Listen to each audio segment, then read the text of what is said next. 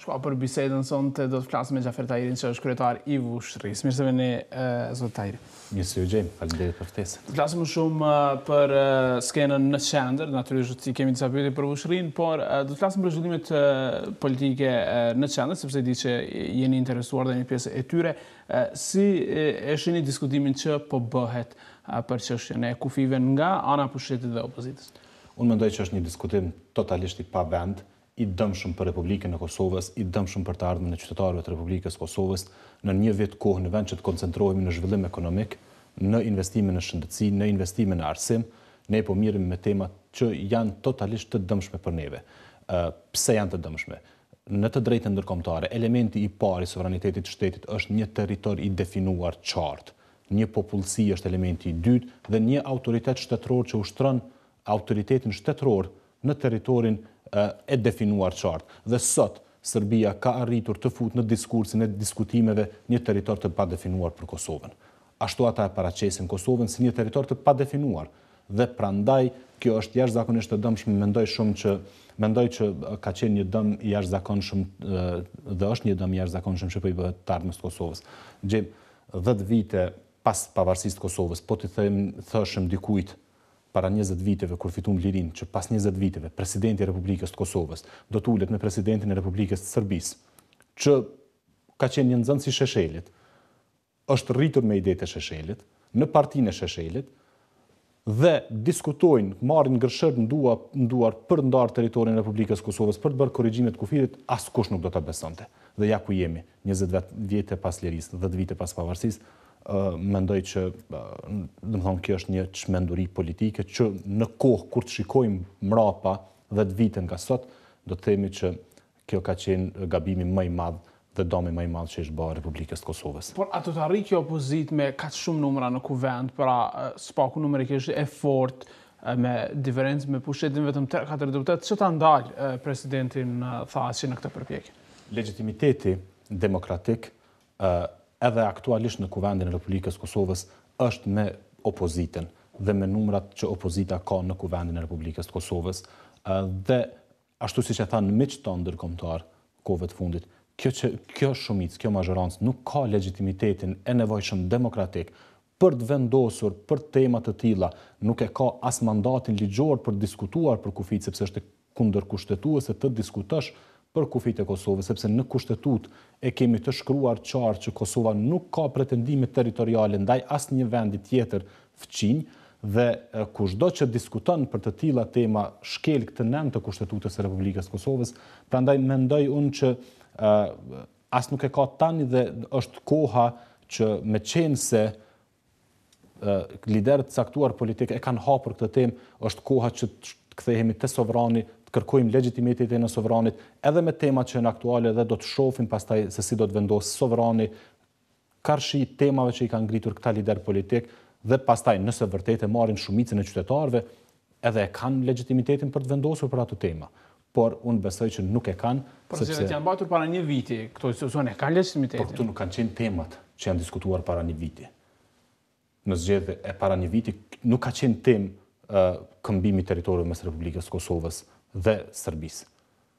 Nuk i është dhënë legjitimitet qytetar këtyre liderëve politik tani dhe kësaj mazhorancë për diskutuar për këto tema. Dhe në fakt kemi edhe kryeministrin. Kuvendi duhet t'u jap legitimitetin apo jo, sepse janë të zgjedhurit e qytetarëve. Dhe ata nuk e kanë këtë legjitimitet në kuvend. Ata nuk kanë sot 61 vota në kuvend. Në fakt ata sot kanë 59 vota në kuvend. Saktësisht. Por nuk i ka as opozita apo jo, partia juaj.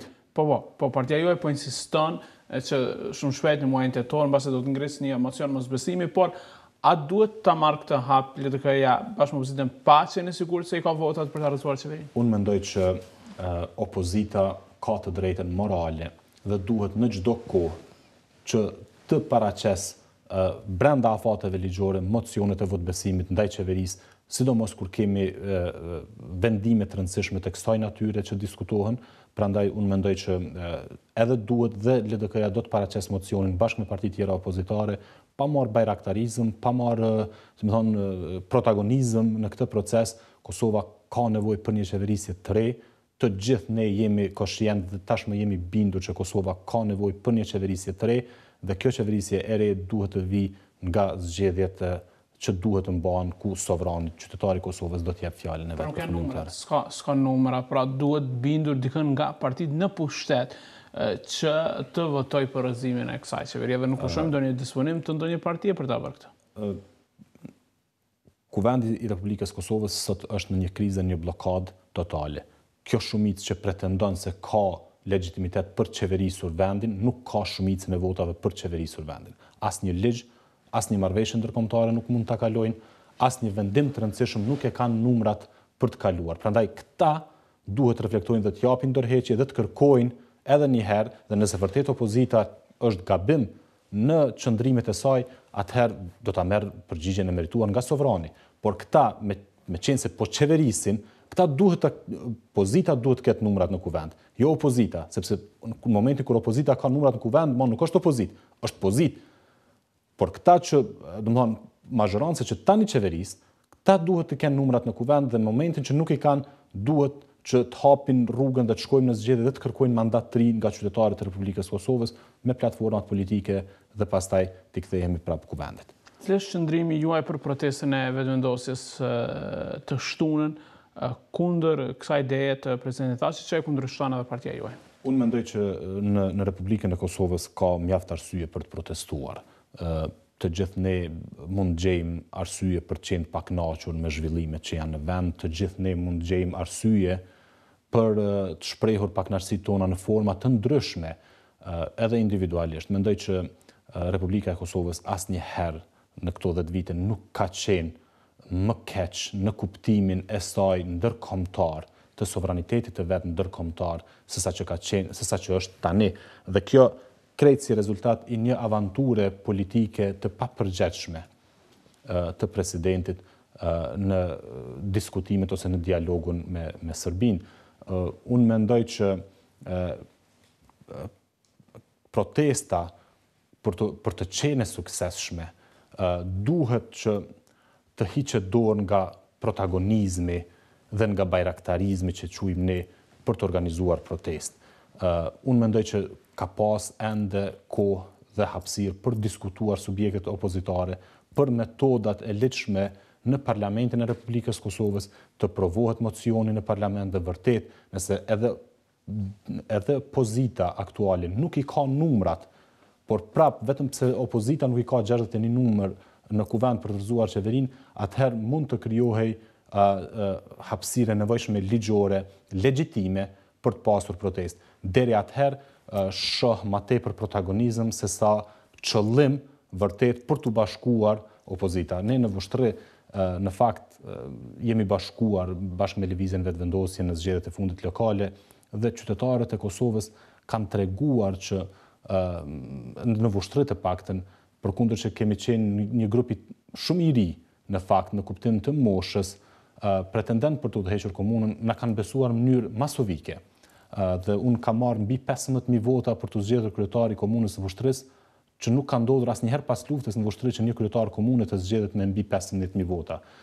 Por bashkimi jo në Vushtri ka treguar që kur këto subjekte politike afrohen mes veti o përafrojnë qëndrimet në interes të qytetarëve, qytetarët i përgjigjen me besim, me votë dhe me besim me pjesëmarrje. Dhe unë mendoj që ka hapësirë, unë duhet përshëndes takimin që ka ndodhur në shtëpinë e kryetarit Mustafa. Mendoj që ka qenë një gest tepër i mirë i të dy liderëve, por po ashtu duhet të përshëndes faktin që zoti Mustafa ka tejkaluar vetveten dhe ato që mund të quhen inate personale nga ato që kanë qenë protestat e mëhershme të vetvendosjes, gjuajtja me Molotov dhe çka do tjetër, dhe në interes të Kosovës ka shprehur gatishmërinë që të bashkëpunojmë. Unë mendoj që do duhet që të punonim ende që të parafronim qëndrimet për këtë protestë, në mënyrë që protesta vërtet jetë e suksesshme, sepse por ju bën ftesë zoti Tahiri, vetëvendosja ka 3 javë që ju ka ftuar për takime letërkën për të bashkë organizuar protestën, për dalë bashkë në protesta. Thjesht partia juaj mori qëndrim që nuk bëhet pjesë e protestave. Nëse protesta ka për qëllim të rrëzojë qeverinë, ajo nuk duhet të përdoret kundër partnerëve të tjerë në opozitë, nga askush. Dhe kujt është përdorur? Protesta ka për qëllim, siç thonë në vetëvendosje, për të kundërshtuar idetë e presidentit Thaçi për territor. Shumë në rregull, por nëse cili do qytetar nuk i bashkohet kësaj proteste, nuk do me thonë që ata e përkrahin qeverinë. As nuk do me thonë që nuk e përkrahin vetëvendosin, as nuk do me thonë që e përkrahin LDK-n. Sepse përkrahja për një subjekt politik nuk matet me protest. Ju po thoni që nuk janë shirur të tjera mundësi, pra protesta do duhet të ishte e fundit që do të... Në momentin kur dalim në protest të organizuar të gjitha subjektet opozitare, nuk ka më kthim mrapa në institucione pa pasur zgjedhje. Ne nuk duhet të shpërdorim institucionet dhe të i bajmë të tilla që kur do i hymë, kur do i ndalim. Si s'na pëlqen diçka në institucione, dalim protest, si nuk na pëlqen diçka në protest, hymë në institucione dhe kështu me radhë. Institucionet janë të shenjta për këtë vend. Mendoj që është derdhur shumë gjak, shumë djerës, shumë mund dhe ka tepër shpresa të gjeneratave të reja në këtë vend në këto institucione për t'i bërë kaq jo serioze hy e dil sa herë që mund të kemi një pakënaqësi me institucionet. Mënyra se si punohet, si organizohet shteti, mendoj është e qartë, ne nuk kemi nevojë të zbulojmë asgjë, shohim modelet e tjera, por kur një opozit del në protest, më nuk ka kthim mrapa në institucione, duhet shkohet në zgjedhje. Dhe nëse ato zgjedhje nuk reflekton mazhorancë, atëherë duhet që të vazhdohet dhe të insistohet dhe të masovizohet ajo protest deri në arritjen e qëllimit final. Por LDK nuk i përjashton protestat apo jo? Në asnjë mënyrë. Në fakt, se si kemi para asnjëherë të organizoni protesta, nuk e dim se si do duke një protestë organizuar nga... Nuk duhet kemi memorje të shkurt për këtë vend. Shiqoni, përpjekja për ndërtuar shtetin, dëgjoni, përpjekja për ndërtuar shtetin e Kosovës nuk është përpjekje 10 vjeçare, as 5 vjeçare, as 12 vjeçare. Është shekullore. Dhe brez pas brezit, në forma të ndryshme, kur LDK-ja në vitet 90-ta mori përsipër organizimin politik të shqiptarëve të Kosovës. Në atë elitë intelektuale që unë quaj rilindja e dytë shqiptare në Kosovë, sepse nuk ishin vetë shqiptarët e Kosovës dhe intelektualët kosovarë që u pajtuan në konceptin e pavarësisë si kompromisi shqiptarëve në Ballkan. Ishte e tër elita në fakt shqiptare e kohës që erdhën te ky koncept i pavarësisë Kosovës si kompromisi që është shqiptare në Ballkan. Dhe LDK-ja edhe në atë kohë organizonte protesta. Si një organizuar protesta, studentët kanë organizuar protesta, kanë qenë protesta të popullit. LDK-ja ka pasur institucione paralele, zoti Tahiri. Jo, e keni shumë gabim. Në vitin 97, në vitin 98 kanë organizuar studentët, por para viteve 97 ka pas protesta. E kam parasysh që ka pas protesta, edhe ato kanë qenë organizuara prej studentëve, prej lëvizjeve të ndryshme studentore.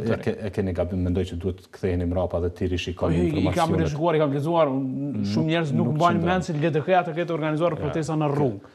Por organizimi protestës ju keni pasur institucione, pra keni pasur president, Kosova ka pasur president, institucione paralele. Si rezultat i aty një institucione, unë edhe tek na kry shkollë, e cila shkolla është njohur në krejt botën, edhe në Kosovë, që t'jemi të qartë, sepse ajo shkollë fillore sot nuk na kontestohet as mua as ty, dhe as gjeneratës tonë që kemi përfundu në atë shtet, në ato institucionet, dhe si rezultat i asaj ati organizimit ne kemi kryuar një miqësi tepër të rëndësishme, si rezultati cilës kemi ardhur te liria jonë. Dhe sot nuk diskutohet ajo. Absolutisht, dhe prandaj po e themi sot, ne nuk mund rezistencë ndaj shtetit serb. Dhe sot ne nuk mund të vazhdojmë të sillemi sikur nuk ka pas një histori deri ku kemi mbërri. Po në përgjithësi e dim që nuk jeni njerëz protestave, LDK-ja, zot Tahiri.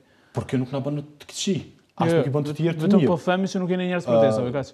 Dhe unë prap po them që mendoj që protesta, unë mendoj që votat, zgjedhjet, puna në institucione është ajo që do të na përparoj dhe të na zhvilloj. Unë ndaj këtë mendim. Ka individ të ndryshëm. Dhe shumica e qytetarëve të Republikës të Kosovës në këto 20 vite me pjesëmarrjen e tyre ose me mos pjesëmarrjen e tyre në protesta kanë dëshmuar që ata janë pikërisht si rezultat i kësaj kulture të mbjellur nga LDK-ja dhe nga forma e veprimit të saj, besojnë që zgjidhja duhet të jetë brenda institucioneve. Edhe ajo çfarë u përmendin të gjithë vazhdimisht është që partia juaj ka bërë shumë thasin president. Edhe tash ai ka mundësi të bëjë këto që unë mendoj që prap nuk mundet dhe nuk mund të gjykohet një subjekt politik në bazë të epizodeve të caktuara dhe në bazë marrëveshjeve të caktuara dhe tër historia politike një subjekt politik. Unë kam qenë personalisht vendim historik që t'jemi të qartë, prap po e them, njerëz të caktuar mendojnë ashtu. Unë personalisht kam qenë kundër atij koalicionit, kam votuar kundër atij koalicionit dhe jam I lumtur për atë qëndrim që kam pasur kundër atij koalicionit. Por unë jam pjesë në subjektin pasur të drejtë. Natyrisht. Dhe sot unë mund të mos kisha të drejtë, sikur gjërat kishin shkuar ndryshe, unë mund mos kisha drejtë, dhe mos kisha drejtë jem as në të studia, as mos merr në besimin e qytetarëve, por edhe pse kam pasur atë qëndrim kundër, megjithatë LDK-ja më kanë kandiduar për kryetar të Vushtrisë, ka dhënë besimin për të kandiduar atje dhe qytetarët të Vushtrisë gjitha këto I kanë ditë. Dhe megjithatë kanë besuar në një platformë të ndryshimit në Vushtri, kur jemi bashkuar dhe jemi bërë serioz, kemi kaluar vetveten. Unë nuk po them që protesta është e gabuar, unë nuk po them që ata janë më të këqij, na jena më të mirë se ata s'po dalin protestë, na s'po dalin protestë, dhe as na nuk jemi më të këqij, ata më të mirë pse po dalin protestë. Secili subjekt zgjedh me mënyrat e veta dhe metodat e veta për të përquar mesazhin politik të votuesit e vetë dhe qytetarët. Askush në Kosovë, asnjë subjekt politik nuk duhet të pretendoj të marrë patronatin dhe të flasë në emër të krejt popullit të Kosovës. Asnjë subjekt politik dhe asnjë organizim politik, jemi organizim shoqëri pluraliste, kemi shumë parti politike, por prapë po e them që si Lidhja Demokratike e Kosovës, metodat tona të punës janë dëshmuar dhe tani po dëshmohen, sidomos me qëndrimet e grupit parlamentar të LDK-s, qëndrimet parimore profesionale, po dëshmohet edhe në sondazhet e fundit që nxjerrin LDK-n si partinë e parë politike në vend. Pa protesta, por me një qëndrim konsistent, profesional, të argumentuar, që e ka pasur grupi ynë parlamentar, deputetet në të, ka dëshmuar që LDK-ja sot është subjekti I parë politik. Ka s'paku një deputet të LDK-s, Haxhi Abdylli, që do t'i bashkohet protestës, ndërkohë dhe deputet jam më e votuar, Vjosa Osmani, ka bërthirje për protesta kundër ideve të presidentit Thaçi. Kundër ideve të presidentit Thaçi jemi të gjithë. Dhe besoj që shumica absolute e popullit të Kosovës është kundër ideve të presidentit Thaçi për të ndarë Republikën e Kosovës, për të vënë në pikpyetje sovranitetin dhe tërësinë territoriale të Kosovës. Dhe për të ndalur këto tendenca duhet bashkohemi të gjithë. Dhe për të bashkuar të gjithë, ne duhet gjithë secili të bëjmë kompromiset e duhura dhe të bashkohemi dhe të ecim tutje. Unë për vete sonte dua të shfrytëzoj këtë rast të bëj thirrje edhe Lidhjes Demokratike të Kosovës, edhe lëvizjes vetëvendosje, që të gjejnë mënyrë të bashkëpunojnë dhe të arrijnë një marrëveshje që të shkojmë të bashkuar në zgjedhjet e ardhshme nacionale. Dhe jam shumë I bindur që në një marrëveshje, qoftë koalicion parazgjedhor, qoftë një marrëveshje parazgjedhore për të bërë koalicion pas zgjedhjeve, do të merr përkrahjen e shumicës absolute të qytetarëve të Kosovës dhe do të jetë ndryshimi real që do ndodhë në Kosovë. Vetëm me vetëvendosjen, jo me PSD-n? Unë besoj që edhe PSD-ja e ka kontributin e vetë dhe ka mundësinë për të dhënë ndryshime në Kosovë. Megjithatë jam shumë I bindur që koalicioni I ardhshëm që mund të sjellë ndryshim rrënjësor në Kosovë është ai mes LDK-s dhe lëvizjes vetëvendosje. Ju e përkrahani këtë, ka të tjerë deputet, por ka rezistencë ndaj kësaj ideje në Lidhjen Demokratike të Kosovës nga individ të ndryshëm edhe në vetëvendosje.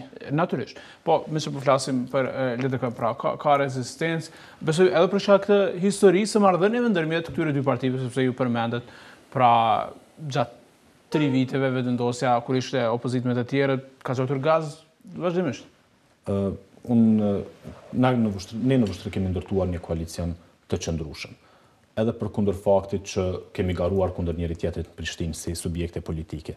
Në Vushtri, duke dëgjuar zërin e qytetarëve të Vushtrisë, kemi tejkaluar vetveten, kemi tejkaluar, si me thonë, edhe në vijat partijake, bashkë me nënkryetarin e komunës, tani zotin Muzaçi, dhe kemi arritur të ndërtojmë një qeverisje që po I sjell çdo ditë ndryshim Vushtrisë. Sot kemi aprovuar buxhetin për vitin 2019, ku janë përfshirë të gjitha projektet që ne I kemi premtuar në fushat për qytetarët e Vushtrisë. Dhe mendoj që dhe uroj që I njëjti shembull të ndiqet edhe në nivelin qendror nga të dy subjektet tona politike. Duke marrë për shembull Vushtrin.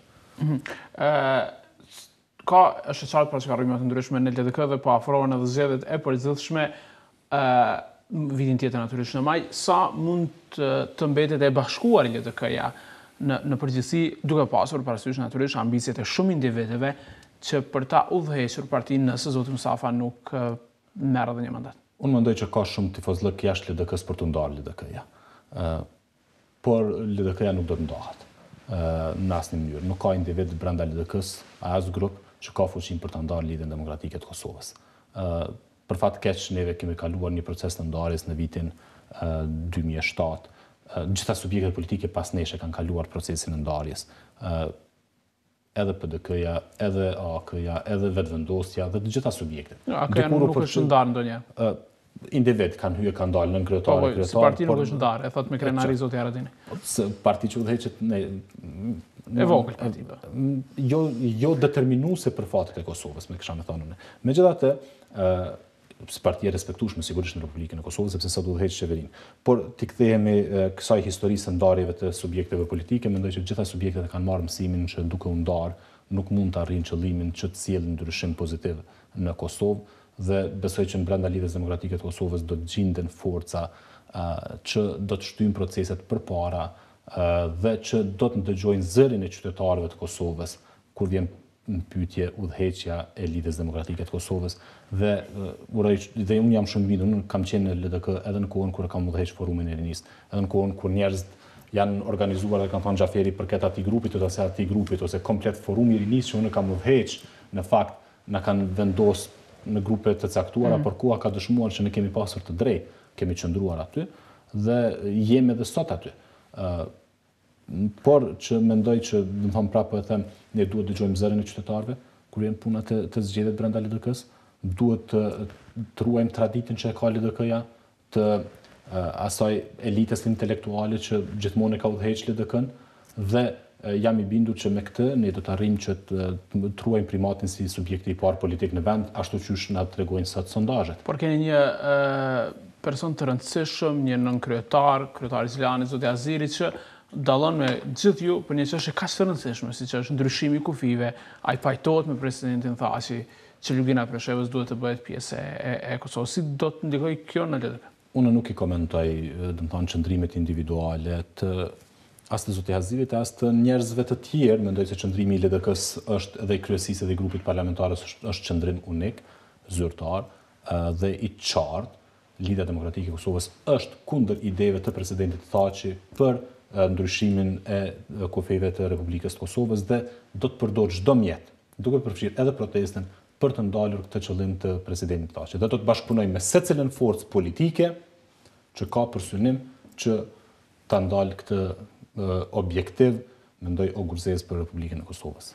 Mirë, ka fundin për një dy çështje tjera, ju jeni posaçërisht i kënaqur apo jo që më në fund pas kaq shumë viteve është kthyer në atë pra eshtrat mbetje te kolonelit Ahmet Krasniqi. Absolutisht jam shumë i nderuar dhe shumë krenar edhe për faktin se koloneli Ahmet Krasniqi vjen nga Vushtria, nga qyteti i Vushtrisë.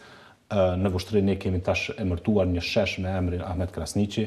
Vitin tjetër kemi ndarë një buxhet prej 40.000 eurosh për të ndërtuar sheshin Ahmet Krasniqi, do të jetë bashkë me sheshin Hasan Prishtina, përballë komunës së re, do të kemi edhe shtatorin e kolonelit Ahmet Krasniqi.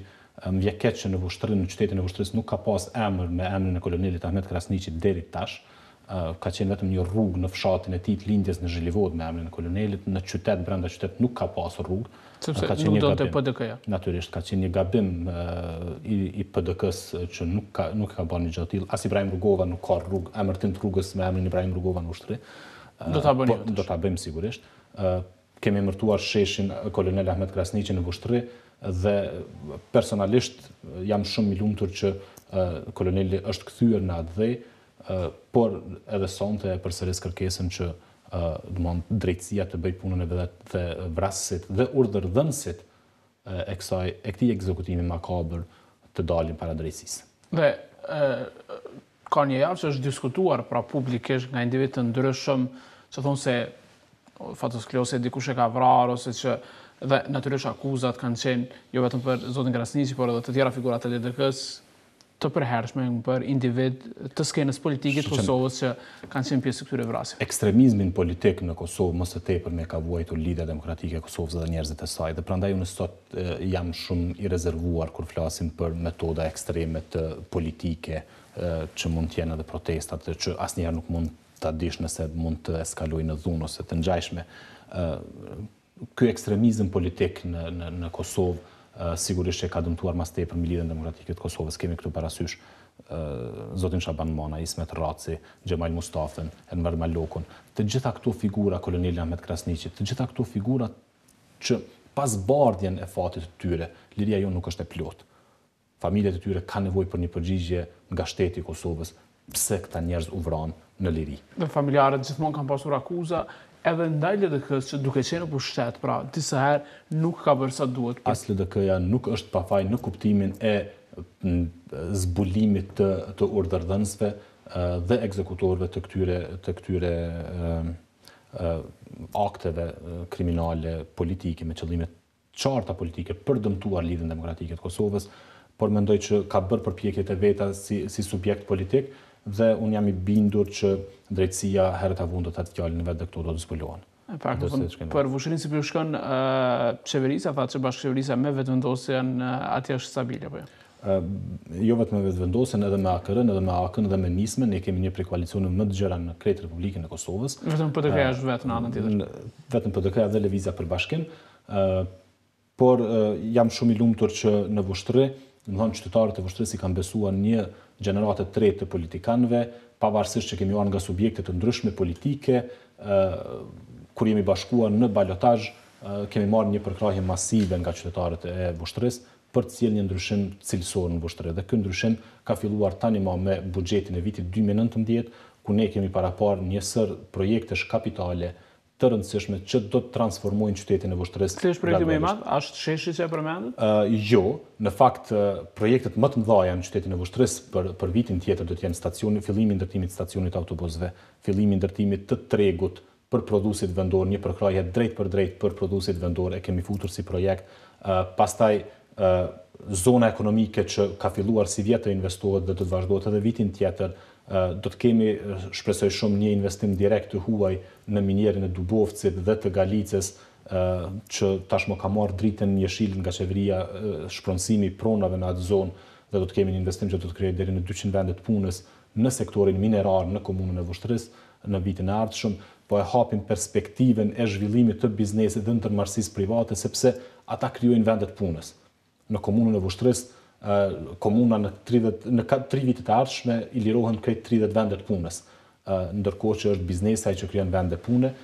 Po ashtu kemi projekte të tjera të mëdha në sport, do të kemi një palestër fillimin e ndërtimit, një palestër në Vushtri, fushën ndihmëse të futbollit të madh që nuk ka pas Vushtria, pastaj do të kemi edhe shujtat për nxënës në qytetin e Vushtrisë.